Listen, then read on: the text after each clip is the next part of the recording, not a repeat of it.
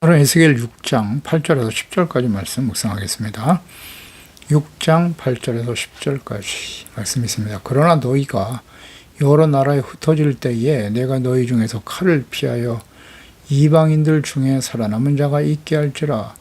너희 중에서 살아남은 자가 사로잡혀 이방인들 중에 있어서 나를 기억하되 그들이 음란한 마음으로 나를 떠나고 음란한 눈으로 우상을 섬기어 나를 근심하게 한 것을 기억하고 스스로 한탄하리니 이는 그 모든 가증한 일로 악을 행하였음이라. 그때야 그들이 나를 여호와인 줄 알리라. 내가 이런 재앙을 그들에게 내리겠다 한 말이 헛되지 아니하니라. 아멘. 하나님을 기억하는 사람들.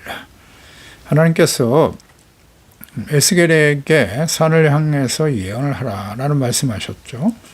이스라엘의 산과 언덕과 시내와 골짜기를 향해서 예언의 말씀을 전하라고 하십니다. 그곳에서 이스라엘 백성들이 온갖 우상 숭배를 자행했기 때문입니다. 산당을 헐라고 분명히 명령하셨습니다만 그들은 온전히 실천하지 못했습니다. 그래서 결국 산당은 우상 숭배의 근원지가 되고 말았습니다. 산당은 성전 건축 이후에도 계속 존재했을 뿐만 아니라 그 수요가 오히려 늘어났습니다. 하나님을 거역하고 우상 숭배하는 장소로 사용되어졌습니다.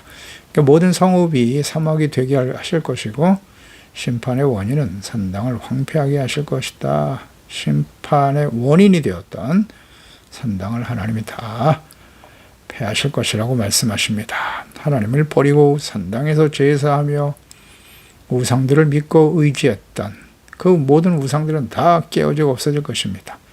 모든 것이 패하여지고 너희도 죽임을 당하게 될 것이다 라고 말씀하십니다. 말씀대로 이루어졌습니다. 그러니까 이 모든 말씀이 이루어질 때 비로소 내가 여호와인 줄을 너희가 알게 될 것이다. 눈에 강조하십니다. 그러니까 이러한 일들이 우연히 발생한 것이 아니라 하나님께서 하시는 일임을 깨닫게 하려 하심이고 그 이후의 모든 시대에 하나님의 자녀들 오늘날 이 시대를 살아가는 우리들에게도 교훈을 주시기 위한 말씀입니다. 이어서 8절에 그러나 너희가 여러 나라에 흩어질 때 너희 중에 칼을 피하여 이방인 중에 살아남은 자가 있게 할 것이다. 남은 자의 구원에 대해서 또 말씀하십니다. 진노의 심판으로 대부분의 백성들이 죽음을 당할 것이지만 이방으로 흩어져 포로로 끌려간 사람들 중에 남은 자들이 있게 하실 것입니다. 그러니까 하나님의 공의 심판을 행하시지만 하나님께서는 반드시 그 중에서도 남은 자, 구원받을 자들에게 공의를 베풀어 주십니다. 하나님의 심판 가운데서도 그분의 주권적인 은혜로 보존된 사람들입니다. 공의로우신 하나님께서 죄에 대해서는 한 채 오차도 없이 심판을 행하시지만 또 한편으로는 하나님의 소중한 속성이신 자비롭고 은혜롭고 노하기를 더디하시고 인자와 공의를 풍성하신 하나님의 긍휼에 대해서 말씀해 주고 있습니다. 하나님은 긍휼이 풍성하신 하나님이십니다. 로마서 9장 27절 이하에도 이사야가 이스라엘에 관하여 외치되 이스라엘 자손들이 수가 비록 바다의 모래 같을지라도 남은 자만 구원을 받게 된다라고 하셨습니다. 만건의 주께서 우리에게 씨를 남겨두지 아니하셨더라면 우리가 소돔과 같이 되고 고모라와 같았을 것이다 라고 말씀하십니다. 하나님께서 언제나 심판을 행하시는 중에도 자비와 공의를 베풀어 주셨다. 이것은 하나님의 변함없는 사랑입니다.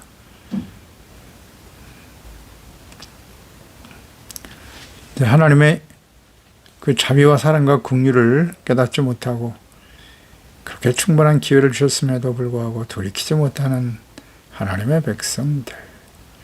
그러니까 바벨론 포로 시기에도 보면 하나님께서 남겨두신 자들이 있었습니다. 다니엘과 세 친구들, 사드락과 메삭과 아벳느고 같은 사람들이죠. 또 에스더와 모르드게 같은 사람, 느헤미야, 에스라, 스룹바벨, 여호수아 제사장 같은 사람들입니다. 그러니까 예수 그리스도를 보내주셨을 때 고진 목자들, 대제사장들과 서기관들은 예수님을 십자가에 못 박아 죽였습니다만 남은 자들은 복음을 듣고 믿어 구원을 받게 되었습니다. 예수님을 따르는 제자들 성령 충만한 이후에 모두 다 순교를 당했습니다. 그 제자들을 통해서 복음을 듣고 구원받은 사람들. 예루살렘에 박해가 시작되었을 때 야고보가 칼로 죽고 스데반이 순교를 당할 때 안디옥으로 쫓겨간 소수의 그리스도인들이 있었습니다. 소수 몇 사람이라고 기록되어 있죠. 사도행전 11장 19절 이하에 스데반의 일로 일어난 환란으로 말미암아 흩어진 자들이 베니게와 구브로 안디옥까지 이르러 유대인에게만 말씀을 전하는데 그 중에 구브로와 구레네 몇 사람이 안디옥에 이르러 헬라인에게도 말하여 주 예수를 전파하더니 주의 손이 그들과 함께 하시며 수많은 사람들이 믿고 주께로 돌아오더라라고 말씀하고 있죠. 흩어진 몇 사람이 안디옥에 가서 큰 부흥을 주도하게 되었습니다. 이렇게 남은 자들, 소수의 남은 자들을 통해서 하나님의 구원의 역사가 이루어지게 됩니다. 소수의 남은 자들이 있다고 하십니다. 하나님이 준비된, 하나님이 세우신 사람들입니다. 9절에 너희 중에 살아남은 자가 사로잡혀 이방인들 중에 있어서 나를 기억하되 그들이 음란한 마음으로 나를 떠나고 음란으로 우상을 섬겨 근심하게 한 것을 기억하실 것이다. 스스로 한탄하리니 이는 그 모든 가증할 일로 악을 향하였기 때문이다. 남은 자들, 하나님이 심판 중에도 구원의 은혜를 받은 사람들입니다. 이들은 어떤 사람들인가? 이방인들에게 사로잡혀 포로로 끌려갔을 때 나를 기억했다. 하나님을 기억하는 사람들이었습니다. 하나님께서 폐역한 이스라엘 백성들을 심판하실 것이라고 선지자들을 통해서 끊임없이 말씀하셨고 그 말씀이 성취되어 심판이 이루어졌을 때 이 모든 일들이 하나님께서 하신 일이다. 비로소 나를 알게 될 것이다 라고 말씀하셨는데요. 이 남은 자들, 구원의 은혜에 참여하는 자들은 이것이 하나님의 예언의 말씀의 성취다. 바벨론에 의해서 멸망을 당하는 예루살렘 포로로 끌려가는 이 모든 상황이 우연이 아니었다는 거죠. 그분의 말씀을 알고 하나님의 뜻임을 알고 겸손한 사람들이겠죠. 그 말씀을 기억하더라. 이것은 이런 사람들은 한 말씀을 기억했다라고 하는 것은 단순히 그들이 무슨 기억력이 뛰어나다는 의미가 아니겠죠. 말씀대로 이루어지는 그 하나님의 말씀과 뜻을 보면서 겸손해졌다는 거죠. 그들이 나를 떠나고 음란한 눈으로 우상을 섬겨 나를 근심하게 한 것을 기억했다는 것입니다. 그리고 스스로 한탄하게 된다. 가증할 일로 악을 행하였다는 사실을 인정하고 자백하고 회개하고 돌이키는 사람들이었습니다. 바벨론에서 멸망을 당하게 된 원인이 하나님을 떠나 음란한 눈으로 우상을 섬겼기 때문이다. 하나님을 근심하게 하였기 때문임을 알고 한탄했다는 것입니다. 바벨론에게 멸망당하고 포로로 끌려가게 된 이 모든 일들의 원인이 자신들이 하나님의 말씀을 버리고 우상 숭배로 하나님 앞에서 영적으로 간음하고 악을 행하였기 때문임을 아는 사람들입니다. 그러니까 이스라엘과 하나님과의 관계는 통치하시는 주권자로서 왕이신 하나님과 그분의 백성이라는 관계뿐만 아니라 서로 사랑하는 관계임을 말씀하십니다. 이사야서 54장 5절 이하에 이는 너를 지으시니가 내 남편이시라고 말씀하세요. 그의 이름은 만군의 여호와이시며 내 구속자는 이스라엘의 거룩한 이시라. 그는 온 땅의 하나님이라. 일컬음을 받으실 것이라. 여호와께서 너를 부르시되 마치 버림을 받아 마음에 근심하는 아내 곧 어릴 때의 아내가 되었다가 버림을 받은 자에게 함과 같이 하실 것임이라. 내 하나님께서 말씀하셨나니라. 이렇게 기록하고 계십니다. 그러니까 사랑하는 남편과 아내의 관계로 말씀하시죠. 그러니까 아내인 하나님의 백성들은 마땅히 정절을 지켜야 합니다. 그러나 정절을 지키지 않고 우상 숭배하는 이스라엘 백성들을 간음하는 여인, 간음하는 아내 이렇게 표현하고 계십니다. 출애굽기 34장 15절에도 보면 너는 삼가 그 땅의 주민과 언약을 세우지 마라. 가나안 땅에 들어갈 때에 이는 그들이 모든 신을 음란하게 섬기며 그들의 신들에게 제물을 드리고 너를 청하면 네가 그 제물을 먹을까 함이며 우상 숭배하는 자들과 함께 살아가지 말라. 그들을 본받고 따르지 말라. 다 전멸하라고 하셨습니다. 신명기 31장 16절 또 여호와께서 모세에게 이르시되 너는 조상과 함께 누우려니와 이 백성 그 땅으로 들어가 음란히 그 땅의 신들을 섬길 것이고 우상 숭배와 간음이라고 말씀합니다. 나를 버리고 내가 그들과 맺은 언약을 어길 것이다. 그러니까 우상 섬기는 이방인들과의 접촉, 교제 매우 두려운 일이에요. 그들에게 우리가 복음을 전하고 하나님을 전파하고 증거하겠다고 말하지만 오히려 그들에게 영향을 받는다. 이것이 역사, 성경, 이스라엘의 역사 속에서 나타난 교훈이 아니겠습니까? 하나님께서 그래서 북한한 땅의 모든 족속들을 제하라. 그들은 이미 우상숭배에 깊이 빠져 있었고 이스라엘의 하나님을 알고 돌이킬 수 있는 충분한 기회가 주어졌으나 그들은 오히려 하나님과 이스라엘을 대적하고 일어났어요. 그 결과로 멸망당한 것이고요. 심각한 우상숭배에 빠져 있었다. 우상숭배자들이었습니다. 그래서 그들과 함께 하지 말라고. 교제하면 너희들이 그들의 영향을 받아서 너희들도 똑같이 그들이 섬기는 우상에 빠지게 될 것이다.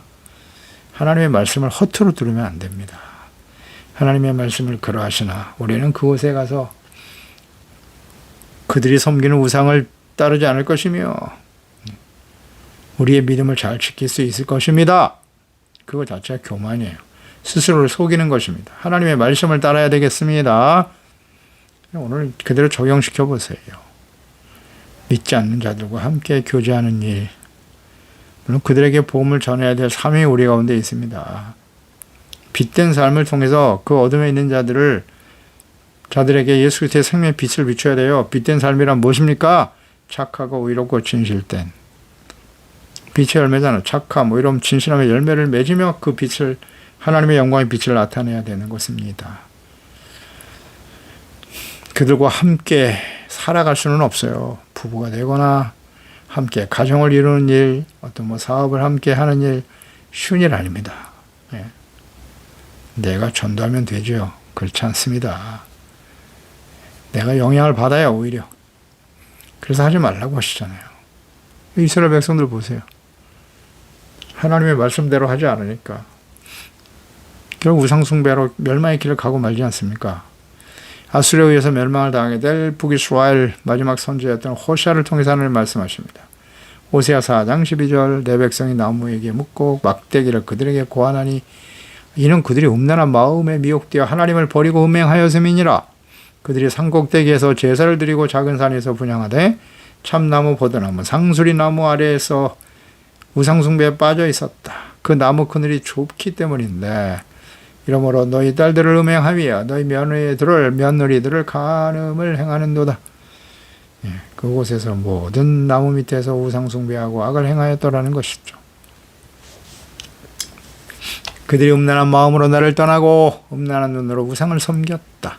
그러니까 눈과 마음으로 우상숭배 죄악을 행했다는 거예요. 음란한 마음, 음란한 눈, 이걸 강조하셨네요. 마음과 눈, 보는 것과 마음의 관계는 아주 밀접한 관련이 있습니다. 음란한 것을 계속 보게 되면 마음에 새겨지고 그것이 행동으로 나타나게 됩니다. 보는 것과 마음. 마음은 언제나 그래요. 듣는 것과 보는 것을 통해서 마음에 영향을 주게 되어 있습니다. 입력기관은 눈과 귀죠. 그게 이제 마음에서 받아들여지고 어떠한 생각과 결정을 하게 되고 말과 행동으로 나타나게 되는 것입니다. 마음. 그래서 마음을 지켜야 돼요. 뭐를 지킬 만큼보다 내 마음을 지켜라. 생명의 근원이 예선함이니라. 마음을 지키려면 어떻게 해야 할까요? 어렵지 않아요. 보는 것을 조심해야죠. 하나님의 말씀을 주야로 묵상하고 무엇을 바라볼 것인가, 무엇을 들을 것인가 보고 듣는 것을 조심하면 되겠죠. 하나님의 말씀을 부지런히 듣고 묵상하고 보고 배우고 이걸 게을리하면 안 됩니다. 게을리하면 안 돼요. 예수님께서 말씀하십니다. 마태복음 5장 20절 이하에 산상수훈이죠. 내가 너에게 이르노니 너희의 의가 서기관과 바리새인보다 더 낫지 못하면 결코 보세요. 천국에 들어가지 못한다고 하셨습니다. 너희가 누굽니까? 예수 그리스도를 믿고 구원받은 하나님의 자녀들이죠. 의가 서기관과 바리새인보다 더 나아야 된다고 말씀합니다. 그렇지 않으면 천국에 못 들어간다고 하셨어요. 그러면서 이어서 또 간음하지 말라 하였다는 것을 내가 들었으나 나는 너에게 이르노니 음욕을 품고 여자를 보는 자마다 이미 마음에 간음하였음이니라. 그러니까 바리새인보다 더 나은 의에 대해서 설명하시면서 십계명을 잘 풀어서 예수님께서 설명해 주셨어요. 율법, 너희가 살인하지 말라 하는 걸 들었는데, 이미 살인이라고 하는 건 사람을 단순히 죽이지 않는 것만이 살인하지 않는 것이 아니라 그 마음으로 형제를 미워하거나 형제를 무시하고 조롱하거나 라가라 바보라 어리석은 자라고 말하는 그런 사람 지옥불에 떨어진다고 하셨습니다. 그러니까 마음속에 형제를 미워하고 무시하고 멸시하는 이것이 이미 살인이라고 하시면서 간음도 역시 마찬가지다. 음욕을 품고 여자를 바라볼 때 이미 마음에 간음한 것이다 라고 말씀하시거든요. 그러니까 간음하지 말라는 이 계명에 대해서 아주 엄격하게 적용을 시켜 주셨습니다. 그러니 이 말씀 앞에서 우리가 범죄하지 않은 사람이 있을까요? 십계명을 완벽하게 지키는 사람일까요? 아니요. 그러니까 마음과 눈으로 이미 간음한 것이라고 하셨기 때문에 보는 것을 조심해야 되는 겁니다. 음욕을 품고 여자를 보는 자마다 마음에 간음이라고 하셨잖아요. 이거 보는 것 참 조심해야 됩니다. 그래서 마태복음 5장 29절에 만일 내 오른 눈이 너로 실족하게 하거든 빼어버려라. 내 백체 중 하나가 없어지고 온몸이 지옥에 던져지지 않는 것이 유익하지 않겠느냐. 아멘입니다. 쉽지 않죠.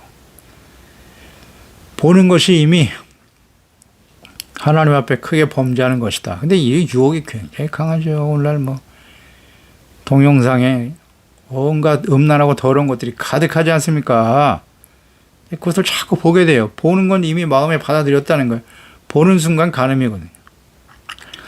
그런데 그걸 견뎌내기가 쉽지 않죠. 빨리빨리 버려야 되는데 계속 빠져들어가 하나님의 자녀가 심각한 문제입니다. 음란죄라는 사실을 잊지 말아야 돼요. 마음과 눈이 음란한 우상숭배와 죄악의 근원임을 명심해야 합니다. 그래서 보는 것과 마음. 그래서 우리가 항상 생각해야 돼요. 우리의 관심사는 무엇인가? 관심이 무엇입니까? 볼 관자 마음 심자 아니에요? 보는 것과 마음이란 말이에요. 또 우리의 관심을 잘 살펴야 돼요. 나는 무엇에 관심을 두고 살아가는가? 하나님의 말씀을 보고 듣고 묵상하는 것, 의롭고 거룩한 하나님의 자녀로 살아가는 것, 이것이 진정 우리의 관심인가요? 무엇을 먹을까 입을까 마실까 이게 전부인가요? 쉽지 않습니다. 이 세상에서 우리의 관심과 초점을 바로 잡는 것이 얼마나 중요한지요. 대부분 다 자기 중심이에요. 나의 쾌락과 나의 유익과 나의 만족을 위해서 마음과 눈이 음란한 우상숭배와 죄악의 근원임을 명심해야 합니다. 남은 자, 구원의 은혜에 참여할 사람들은 자신들이 과거에 하나님께 간음하며 우상숭배의 죄악에 빠져 있었다. 그렇게 살아왔던 삶을 기억하는 사람들이에요. 기억에 머물지 않고 그 일로 스스로 한탄했다 그랬어요. 이 한탄하다, 히브리어 쿠트, 혐오하다, 몹시 싫어한다는 거예요. 미워하다, 슬퍼하다, 베어낸다, 잘라낸다는 뜻도 갖고 있네요. 그러니까 이것은 이스라엘 백성들이 하나님의 은혜로 그들의 죄악을 몹시 싫어하고 그 죄를 버리는 겁니다. 진실한 마음으로 회개하고 돌이킨다라고 하는 것이 한탄하다, 쿠트의 의미예요. 그러니까 하나님의 은혜에 참여할 사람, 구원의 은혜에 참여할 사람 어떤 사람? 하나님 앞에서 우리에게 다가오는 여러 가지 시련과 어려움들이 있을 겁니다. 그런 일들 앞에서 자신의 죄를 깨닫고 그것을 몹시 싫어해야 돼요. 미워하고 그것 때문에 슬퍼하고 애통하는 자가 되는 거죠. 이 복인의 사람이죠. 그리고 잘라내는 거, 베어내다. 그냥 입술로만 후회하고 탄식하는 것으로 끝나는 게 아니라 잘라낸다.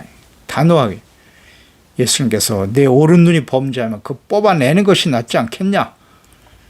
멀쩡한 몸으로 지옥에 떨어지는 것보다. 이런 말씀하셨거든요. 이런 사람들이 남은 자, 하나님의 구원의 은혜에 참여할 사람들입니다. 이런 사람이 산자들이죠. 예수님께서 다시 오실 때 산자와 죽은 자를 심판하러 오신다고 말씀하셨습니다. 살아있는 사람, 이런 사람들이에요. 자신들의 잘못을 깨닫고 진실로 회개하고 애통해하며 그 죄를 잘라내는 거예요.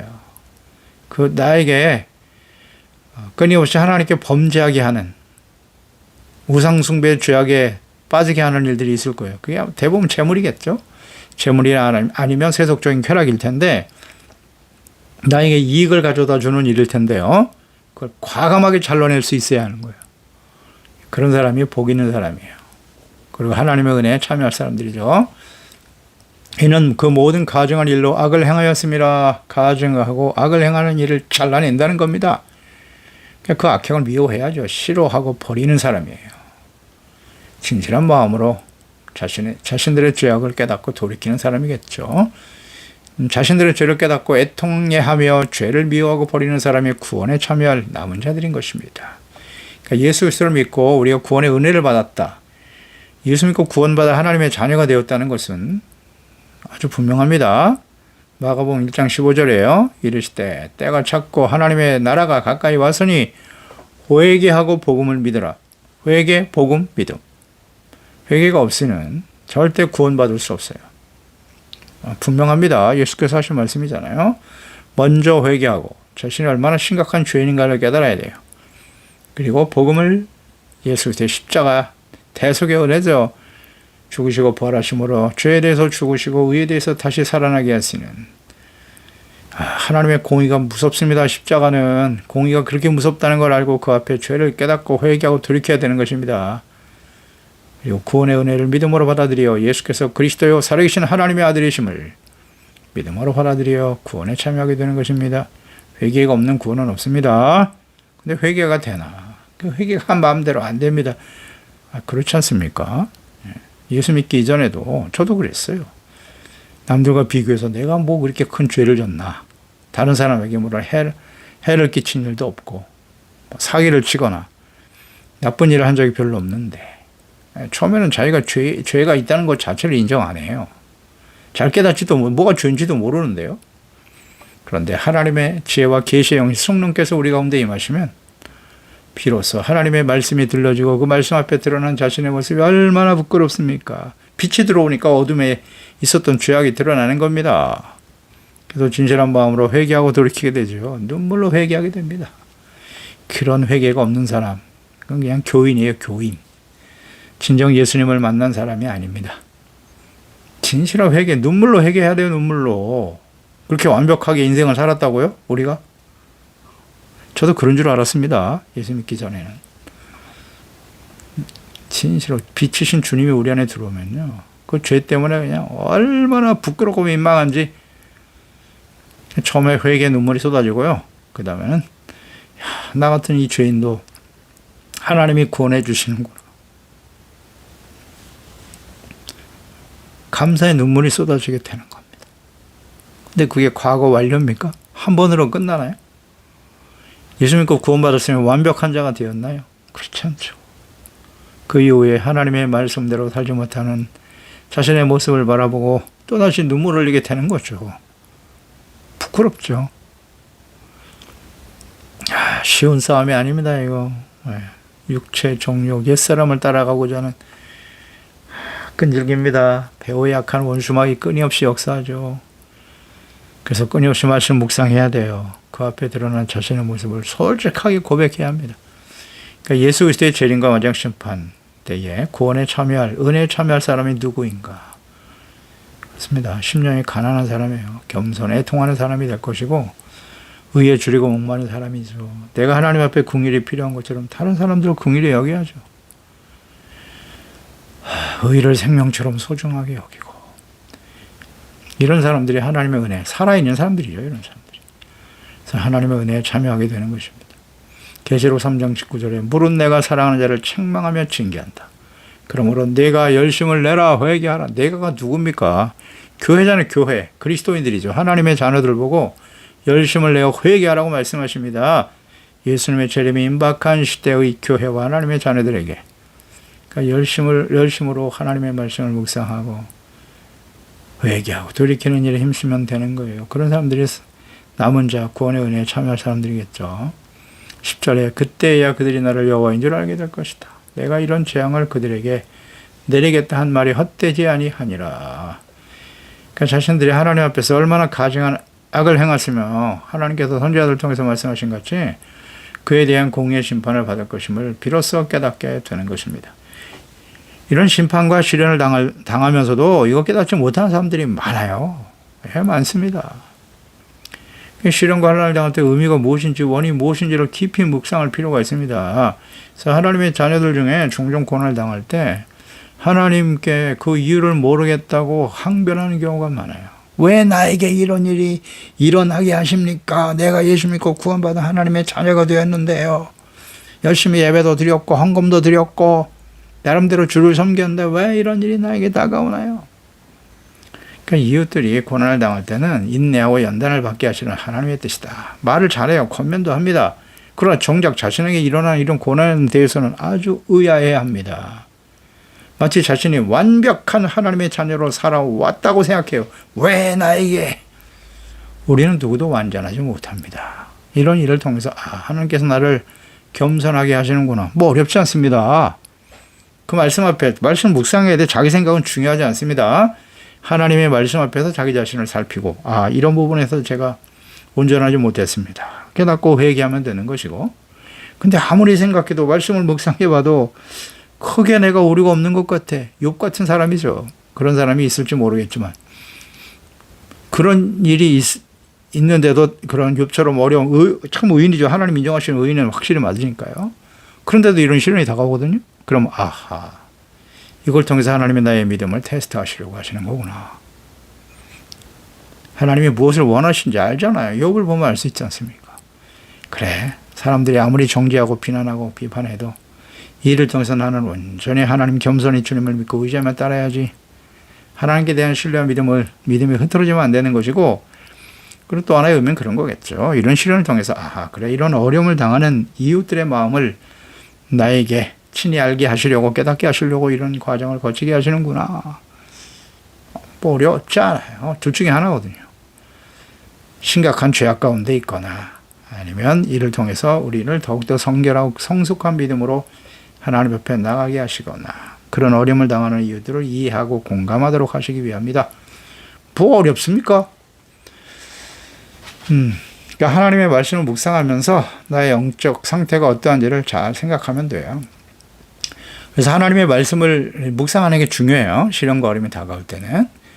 그 어떤 게 좋아요? 성경 전체 내용이 묵상해야 되지만 산상수훈 요약돼 있지 않습니까? 성경 전체에 나타난 하나님의 뜻이 요약돼 있어요. 십계명, 야고보서 같은 거 너무 좋죠. 성령의 열매를 맺으며 살아가고 있는지, 로마서 좋습니다. 바울 서신 등을 깊이 묵상하면 어디에 문제가 있는지를 너무 쉽게 발견할 수 있어요. 야고보서 1장 2절 4절 여러 가지 시험을 만나거든 온전히 기쁘게 여기라. 이 시험이 바로 트라이얼이거든요. 하나님이 우리를 테스트하시는 시험이에요. 테스트가 될 수도 있고, 악한 원수마귀의 유혹에 걸려 하나님을 부인하고 부정하고 원망 불평하는 건 이건 사탄의 유혹에 빠진 거예요. 하나님이 주신 테스트는 오히려 기쁘게 여기는 거예요. 온전히 기쁘게 여겨라. 너의 믿음의 시련이 인내를 만들어낸다. 그러니까 여러 가지 다양한 시련들이 우리에게 다가올 수 있다는 것입니다. 이것은 은하불에봐 시험이다, 테스트다 생각하면 기뻐하고 감사할 수 있는 것입니다. 누누이 강조합니다. 시험이 다가왔을 때, 여러 가지 시련과 어려움들이 다가왔을 때 내가 어떤 태도로 반응하냐에 따라서 그것이 테스트가 될 수도 있고 템테이션이 될 수 있는 거예요. 사탄의 유혹이 될 수도 있고 믿음을 떠나게 되죠. 하나님을 원망하고 불평하게 되는 것이고, 오히려 기뻐하고 감사하고 둘 중에 하나잖아요. 원망 불평이 쏟아지고 있느냐, 오히려 기뻐하고 감사하고 즐거워하고 있느냐, 둘 중에 하나예요. 뭐 어렵지 않아요. 믿음의 시련은 인내를 만들어내거든요. 그래서 인내를 온전히 이루라. 이는 너희로 온전하고 구별주 없는 부족함이 없게 하려 하심이니라. 아멘. 그러니까 기뻐하고 즐거워하게 되는 거죠. 분노, 두려움, 원망, 불평, 영적으로 온전하지 못한 상태임을 인정해야 합니다. 잠언서 3장 5절 6절이죠. 너는 마음을 다해 여호와를 신뢰하라. 내 명체를 의지하지 말고 너는 범사에 그를 인정하라. 그러면 너의 길을 지도하신다. 범사에 인정하라는 거예요. 그럴 때 바른 길을 보여주신다. 우리 잘못을 바로 잡아주신다는 뜻이에요. 내가 한 말이 헛되지 아니하리라. 이 헛되다. 히브리 하남인데요. 은혜롭다, 관대하다라는 뜻을 가진 헨에서 윤회되는 말인데 값없이, 까닭 없이, 이유 없이 그런 뜻이에요. 그러니까 본질은 하나님께서 선포하신 말씀과 성취를 경험하면서 하나님께서 언약의 백성들을 심판하시는 일이 이유 없이 의미 없이 일어나는 것이 아니라는 거예요. 까닭 없이 일어나는 것이 아니다. 하나님의 백성들을 죄악에 대한 심판이고 끊임없이 선자들을 보내 돌이킬 것을 권면하셨으나 그까지 교만하고 완악하여 거부하며 악을 행하는 자들에 대한 하나님의 보응임을 알아야 한다는 것입니다. 하나님의 말씀 반드시 성취됩니다. 예수님의 모든 가르침과 말씀과 약속들, 예수님의 재림과 계시록의 예언의 말씀들은 이루어질 것입니다. 계시록 1장 1절이야 예수 그리스도의 계시다. 이는 하나님이 그에게 주사 반드시 속히 일어날 일을 그들 종들에게 보이시려고 그의 천사들 그 종 요한에게 뻔히 알게 하신 것이다. 요한은 하나님의 말씀과 예수 그리스도의 증거고 자기가 본 것을 다 증언하였느니라.